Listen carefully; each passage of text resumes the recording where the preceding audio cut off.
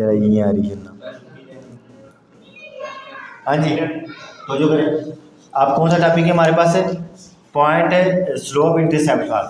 Slope intercept form का क्या formula होता है? y इक्वल टू तो जो करेगा m x plus c. What is m? M भी या स्लोप, और एक्स आपको जो यहाँ पर वैल्यू गिवन है और सी हमारे पास जो इंटरसेप्ट होगा कॉन्स्टेंट होगा।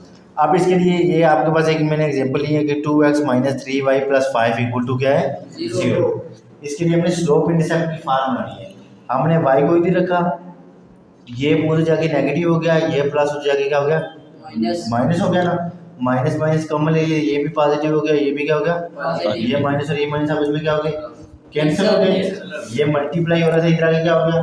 डिवाइड। ये ना करो कि इधर जाके उसे प्लस कर माइनस करते हैं, गौर करिएगा। अब 2x/3 5/3 क्यों? कि दोनों के साथ डिवाइड हो रहा है। अब जो x के साथ वाली जो चीज़ होती है ना, ये ठीक हो गया, इसको तो जो x के साथ है जो भी कोफिशिएंट होगा वो क्या होगी? स्लोप। वो क्या होगी? स्लोप। ठीक हो गया।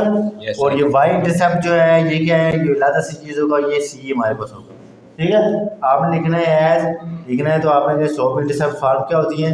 स्लोप इंटरसेप्ट फॉर्म क्या होती है? y equal to mx plus c। m की जगह क्या आएगा? 2/3, x की जगह x और c की जगह आएगा 5/3। बात समझ लगी है? Yes sir. ऐसा कोई भी क्वेश्चन आ गया आपने इसको ऐसे ही करना है। ठीक हो गया? बात समझ लगी है? जैसे कि आपके पास एक और सवाल करूँ, आप कोई सवाल बोले, मैं यहाँ से एक एक्सरसाइज क्या करता हूँ सवाल। तो सवाल है हमारे पास x plus y minus 4 equal to 0। अब इसको भी हमने किस फॉर्म में करना है? स्लोप इंटरसेप्ट फॉर्म में। आपको अभी बताया था कि आपने क्या करना है? y को अलग करना है, तो ये क्या हो जाएगा? -x और ये क्या हो जाएगा? +4। बात समझ लीजिए। तो m क्या आ जाएगा यहाँ पर? y जो कि अलग हो गया, m क्या आ गया? -1। क्यों भाई? x के साथ कोफिशिएंट क्या है? 1 है, 1 है, -1 है। तो c क्या आ गया? वेरी गुड, सी क्या हो गया? 4। स्लोप इंटरसेप्ट फॉर्म क्या होती है? y equal to mx plus c।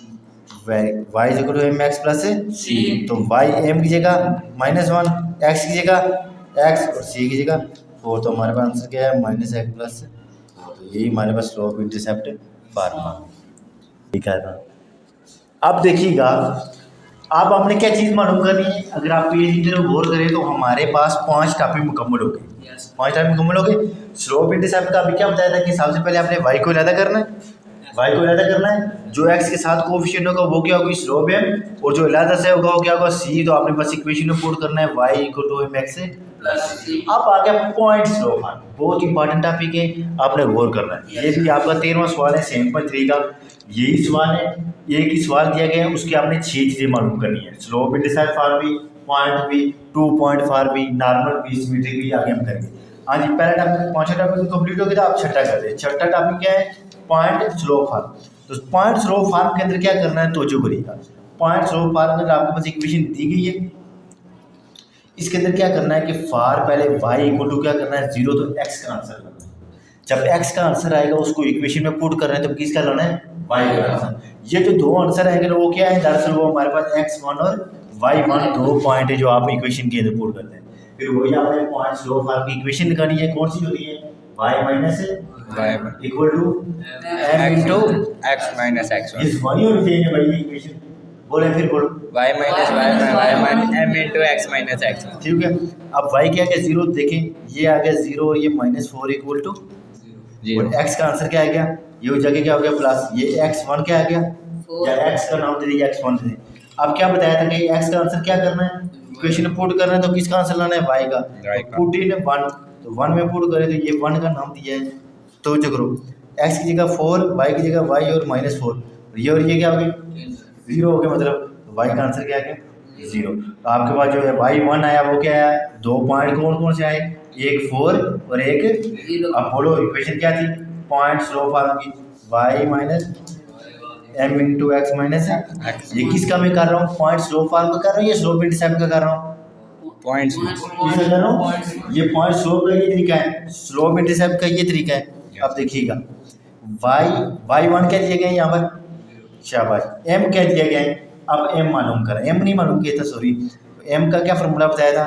Linear equation जब दी गई हो, अभी पिछली वीडियो के अंदर हमने डिस्कस किया था, पिछले लेक्चर में। y2 - 5। ना वो 2 पॉइंट का था ना। जब लीनियर इक्वेशन दी गई हो तब कैसे करना भाई? अभी -a/b minus a by b, ये लीनियर इक्वेशन आपको इतना नहीं पता रहा है, तो minus a by b, a क्या दिया गया यहाँ पर -1 और बी क्या दिया गया 1, तो आंसर क्या आया -1। तो पुट करें यहाँ पर -1 x और x1 की जगह क्या आ जाएगा 4 और ये क्या आएगा y, और इसको देखें -x और +4, इसको सारे को इधर ले आओ तो x पॉजिटिव हो गया, y इधर वैसे ही पॉजिटिव है और ये प्लस इधर आके क्या हो गया माइनस। ये हमारे पास इक्वेशन बन गई, ये किसकी बनी, पॉइंट स्लोप फॉर्म। ठीक।